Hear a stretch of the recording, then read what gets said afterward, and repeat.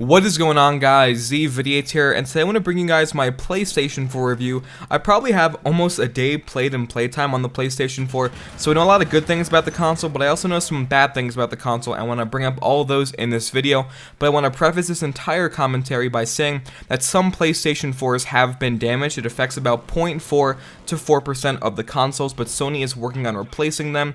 And to put this in perspective, most new technology devices have a 16% failure rate when they come out, so that is not that bad at all for the PlayStation 4, but let's hop right into the good things about the PlayStation 4.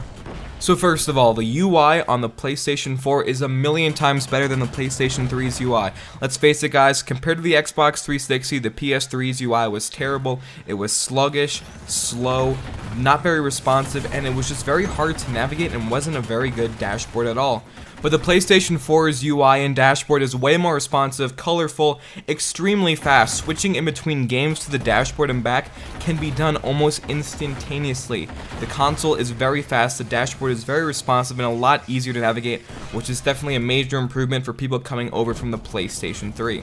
The next good thing about the PlayStation 4 has to be the DualShock 4 controller.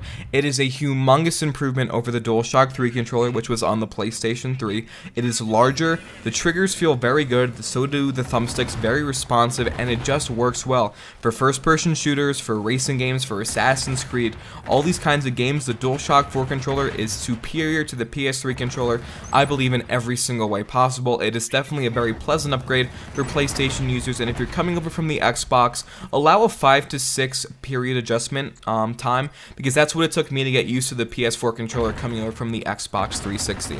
Another great feature on the PlayStation 4 has to be Party Chat. I am so glad that Sony added this in to the PlayStation 4 because it really was lacking on the PlayStation 3. It's a nice feature, being able to talk to my friends across different games. It works very well, good audio quality, and I could not be happier with it. So I don't want to harp on the PlayStation 3 anymore, but the downloads on the PlayStation 4 are fantastic. I downloaded Call of Duty Ghosts on the PlayStation 4, which is about 50 gigabytes in, let's see, about 40 minutes, and I was also downloading about 5 other things as well. On the PlayStation 3 to download Call of Duty Ghosts, which was only 12 gigabytes, took my console 3 hours, and then took about like 40 minutes to install. Installations are also very fast on the PlayStation 4. And honestly, guys, the best thing about the PlayStation 4 has to be the games. I'm going to be doing separate game reviews for every single game, but right now I want to give you guys my first impressions on all the games and how I feel about every single one, and how I think they are all great on the PlayStation 4. Alright, so I'm going to start off with the worst about the PlayStation 4 games, and that has to be Call of Duty Ghosts. I'm a really big Call of Duty fan, but let me explain to you guys why it's not that good. First of all, the graphics are actually a surprising upgrade to the current gen version, but the frame rates are bad. The whole reviews about the PlayStation 4 lagging in terms of frame rates on the PlayStation 4 is true. It is very annoying, and once Infinity Ward fixes it, it's going to be a great next gen game, but until they do it, I do not advise playing Call of Duty Ghosts that much on the PlayStation 4 because the frame rate drops are very obvious compared to the other games on the PlayStation 4. So honestly, if you're a really big Call of Duty fan, it looks like the Xbox One might be the best choice, even though the graphics may not be as good. But the next game I want to talk to you guys about is Knack. Knack is definitely a very fun secondary game, but don't pick it up if you're only going to be getting 3 games for your PlayStation 4. If you're picking up 4, it's a very nice game to play once you're done playing your Assassin's Creed, Call of Duty, Battlefield, Killzone, as like a nice relaxing game you can play with some friends or by yourself. But surprisingly, this game is also difficult at times if you play at the higher difficulties, but it's a very nice secondary game. The graphics look great, and it's just, you know, a nice platformy type game that kind of like looks like a Pixar movie. And next up, Assassin's Creed 4 looks amazing in 1080p with some anti-aliasing. Actually, fun fact, the game was originally going to be in 900p, but in between when they shipped the game and when the PlayStation 4 came out, they put out a day one patch which actually upgraded the resolution and added some more graphical benefits, and the game looks great. This is actually my very first Assassin's Creed game that I've really played. I think I picked up Assassin's Creed 3 and played it for like an hour and said, nope, this game is not for me. But I really am enjoying Assassin's Creed 4 Black Flag. It really is a lot of fun to me. The gameplay is cool, the whole being a pirate is really badass, and for an open world game, this game looks graphically amazing. And if you can only pick up 3 games for the PlayStation 4, you might want to consider this as one of them. Next up is Battlefield 4. The graphics in this game are amazing. It is by far the second best looking first-person shooter on next-gen system, and it honestly looks very similar to the PC version on high to ultra settings. I mean, there are some differences, but graphically this game is stunning. And guys, 60 FPS makes a huge difference. Battlefield 4 was so bad on last-gen consoles, but on this gen, on the PlayStation 4, on the Xbox One, it is going to be a lot of fun because 60 FPS makes a whole world in terms of difference. It is amazing. I'm having a lot of fun with it. I'm playing a lot of Team Deathmatch, and it's honestly a lot more favorable for me than Call of Duty Ghosts on PlayStation 4.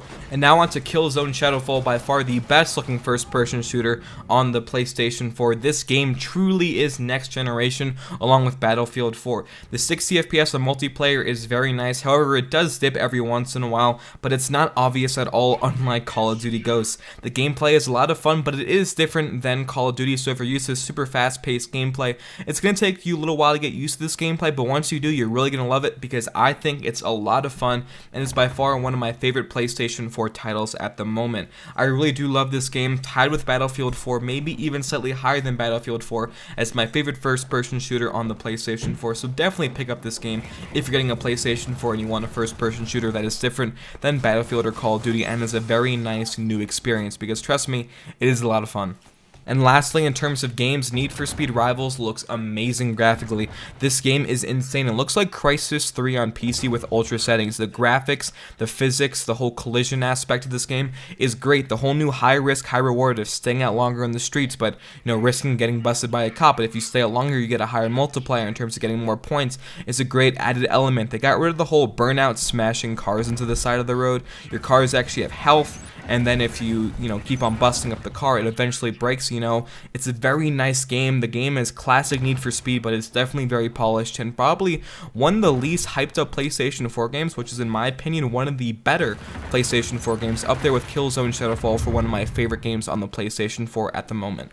Alright, and on to the bad about the PlayStation 4. First of all, the UI has some bugs. It has frozen on me about twice. It's not that bad, and hopefully they will fix it in an upcoming patch. The game servers are having issues. The Battlefield 4 servers have been dropping occasionally. The COD servers are laggy. Blacklight Retribution was not up until last night, and the PSN was also down for a couple hours at launch. I mean, I really shouldn't be that surprised because of how many people bought the PlayStation 4 at launch. Like 1 million have been sold in the first 24 hours, but it was still definitely sad to see that some of the servers were down at launch. The next bad thing about the PlayStation 4 has to be the hard drive. With 6 AAA titles and 4 free-to-play games, my hard drive only has 208 gigabytes left. That is really small.